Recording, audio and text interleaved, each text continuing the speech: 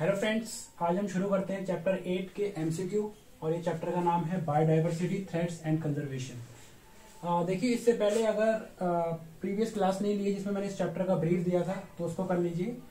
इसमें तो हम केवल क्वेश्चंस करेंगे जो क्वेश्चंस आने वाले हैं। ठीक है, बेसिकली अगर जो इग्नू का एग्जाम होता है उसमें तो एमसीक्यू आते हैं, अदरवाइज बाकी यूनिवर्सिटीज के अंदर जो है एमसीक्यू बेस्ड नहीं होता है, डिस्क्रिप्टिव बेस्ड पेपर होता है। ठीक है, तो आइए हम स्टार्ट करते हैं। देखिए, क्वेश्चन पहला जो है इसमें ये है, how many years ago life started in the earth. ठीक है, देखिए लाइफ जो है कब स्टार्ट हुई थी अर्थ के ऊपर, तो यहाँ पर एमसीक्यू में नहीं दिया, आंसर दे दिया डायरेक्ट इसका मैंने। इसमें लिखा हुआ है अबाउट 3.5 बिलियन ईयर्स अगो। ठीक है, यानी 3.5 बिलियन ईयर्स अगो जो है लाइफ एग्जिस्ट हुई थी।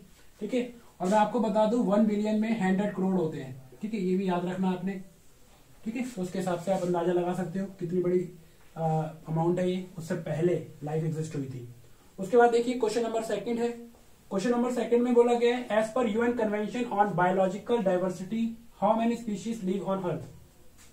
देखिए, यूएन कन्वेंशन हुआ था जिसमें यह बताया गया था कि बायोलॉजिकल डाइवर्सिटी जो है, यानी अलग अलग जीव जो पाए जाते हैं, उनकी कितनी स्पीशीज जो है लाइफ पर है, अभी इस समय है।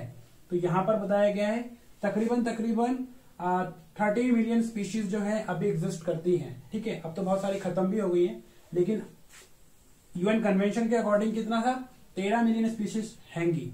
ठीक, लेकिन क्वेश्चन नंबर थर्ड देखिए, उसमें देखते हैं हम लोग, as per UN convention on biological diversity how many species have been identified. देखिए, यहां पर यूएन कन्वेंशन ने कहा है कि ये स्पीशीज है अर्थ पर, लेकिन केवल आइडेंटिफाई कितनी करी है ह्यूमन ने, तो उसमें करी हुई है 1.7 मिलियन स्पीशीज। ठीक है, ये बहुत ही कम अमाउंट है, और है कितनी 13 मिलियन स्पीशीज है, लेकिन कितनी आइडेंटिफाई करी है 1.7 मिलियन। ठीक है, यानी 1.7 मिलियन। क्वेश्चन नंबर 4 देखते हैं। क्वेश्चन नंबर 4 में कहा गया है कि बायोडाइवर्सिटी लॉस हो रहा है। यानी देखिए, बायोडाइवर्सिटी यानी लिविंग बीइंग्स जितने भी हैं, प्लांट्स, एनिमल्स, ये सब खत्म हो रहे हैं, और किस वजह से हो रहे हैं, तो इसमें कुछ ऑप्शन दे रखे हैं।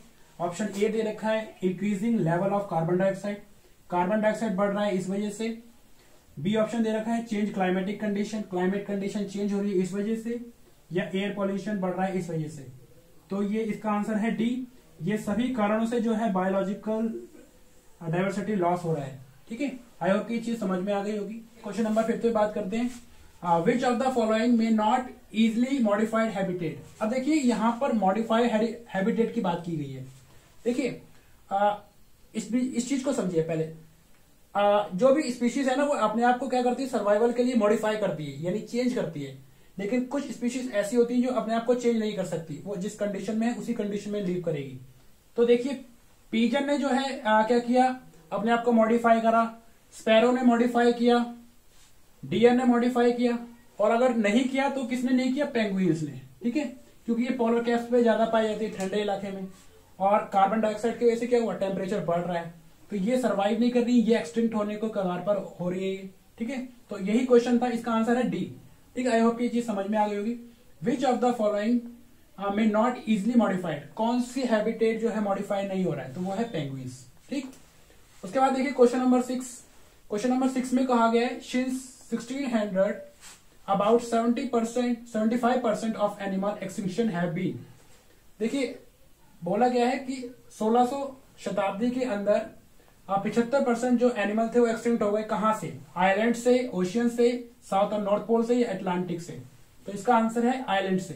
ठीक है, तो आइलैंड से जो है एक्सटिंक्ट हो गए। देखिए, मैं आपको बता दूं, आइलैंड वो जगह होती है जहां पर चारों तरफ पानी हो और बीच में लैंड हो। ठीक है, उसको आइलैंड बोलते हैं। आई होप की चीज क्लियर हो गई होगी। उसके बाद देखिए क्वेश्चन नंबर 7 है। क्वेश्चन नंबर 7 की बात करते हैं, which of the following is not a pesticide.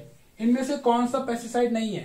अब देखिए, पेस्ट क्या होते हैं, जो एग्रीकल्चर में डाले जाते हैं ताकि कोई डिजीज ना हो प्लांट्स को, तो ये सारे आपको मैं बता दूं पेस्टिसाइड हैं, लेकिन ये पेस्टिसाइड नहीं है, तो इसका आंसर है NNE। ठीक है, यानी डी। क्लियर। उसके बाद देखिए क्वेश्चन नंबर 8 है, about 16 countries have been agree not to. ठीक है, यहां देखिए क्वेश्चन बोला गया है कि 60 कंट्री ऐसे हैं जिन्होंने बैन कर दिया है इंपोर्ट एक्सपोर्ट किसका, राइनो हॉर्न का। ठीक है, यानी जो गैंडे का सींग होता था उसको लेना खरीदना जो है उसको बंद कर दिया है। ठीक है, ये कंट्रीज हैं। चलिए आगे क्वेश्चंस करते हैं कुछ। देखिए आगे स्टार्ट करते हैं। देखिए क्वेश्चन नंबर 9, इसको मैंने शॉर्ट में लिख लिया है। इसमें बोला गया first wild life sanctuary India की कौन सी थी, तो ये है वेदांतागल बर्ड सेंचुरी। ठीक है, ये कहाँ थी, नियर बाय मद्रास। 1878 में इसको सेटअप किया गया था। ठीक है, उसके बाद देखिए क्वेश्चन नंबर 10 है how many national park India, यानी कितने नेशनल पार्क है इंडिया में, तो 104 है। आपकी बुक के अंदर जो है 103 लिखे हुए हैं, तो मैं आपको बता दूं 104 है। अगर करंट डाटा के हिसाब से पूछा जाए तो 104 है, और अगर बुक के अंदर ऑप्शन दे 103 तो बुक के हिसाब से ही लिखना है आपने। ठीक है, उसके बाद देखिए क्वेश्चन नंबर 11 है। इसमें बोला गया how many wild life sanctuary, तो मैं आपको बता दूं 566 है, और आपकी बुक के अकॉर्डिंग लिखा हुआ है 536। ठीक है, तो ये करंट डाटा के हिसाब से मैंने बताया है, यानी 2022 के अकॉर्डिंग। ठीक है, ये पुरानी बुकें हैं, तो पुरानी बुक के अकॉर्डिंग जो है ये डाटा है। ठीक है, उसके बाद देखिए question number 12 how many biosphere reserve India, कितने सारे बायोस्फीयर रिजर्व हैं, तो आपको मैं बता दूं 18 है। ठीक, उसके बाद बोला गया है क्वेश्चन नंबर 13 में क्रोकोडाइल मैनेजमेंट प्रोजेक्ट कब सेटअप किया गया था, तो मैं आपको बता दूं 1976 में इसको सेटअप किया गया था।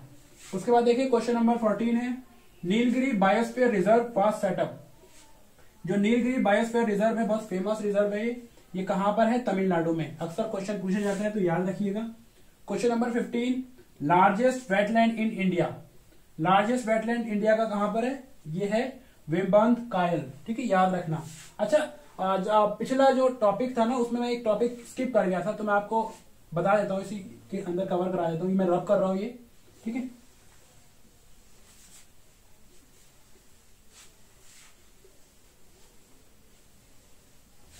देखिए एक टॉपिक था टिश्यू कल्चर, इसको मैं बता देता हूँ, ये मैंने बताया नहीं था, इसका जब मैंने ब्रीफ कराया था।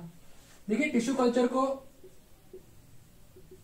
माइक्रो प्रोपोगेशन बोलते हैं। देखिए ये टिश्यू कल्चर है क्या, जैसे मैंने आपको मैं बता दूं कि आज की लाइफ में क्या किया जा रहा है, प्लांट्स को खत्म किया जा रहा है बहुत तरीके से बड़े लार्ज स्केल पर जो है इसको खत्म कर देते हैं। तो ऐसी कोई फास्ट टेक्निक होनी चाहिए जिससे इजीली जो है प्लांट्स को ग्रो कराया जाए। ठीक है, तो हमारे पास क्या है, पुरानी टेक्निक्स होती थी, जो बीज है पहले उसको मिट्टी में दबाओ, फिर मौसम का इंतजार करो, फिर जो है थोड़ा सा प्लांट निकलेगा तो इसकी सेलिंग करो। ठीक है, तब ये प्लांट लगाएंगे। तो ये बीज से फूटने में भी कितना प्रोसेस लग जाता था। तो इसी को दूर करने के लिए क्या है, टिश्यू कल्चर को डेवलप किया गया। ठीक है, आज जो है इंडिया में काफी ज्यादा इसका यूज है, और इससे करीबन 15 या 20 मिनट के अंदर करीबन छोटे छोटे 1000 प्लांटलेट्स बना सकते हैं। ठीक है, छोटे छोटे प्लांट्स, जिसमें ये बीज का प्रोसेस ही खत्म हो जाएगा। ठीक है, देखते हैं इसमें होता क्या है। देखिए जैसे प्लांट का एक पार्ट लेते हैं, जैसे मान लीजिए प्लांट है, उसका ये जड़ वाला हिस्सा है। ठीक है, जड़, ये रूट होती है जो। ठीक है, इसी को बोलते हैं मेरिस्टेमेटिक टिश्यू। इस वाले टिश्यू को बोलते हैं मेरिस्टेमेटिक टिश्यू।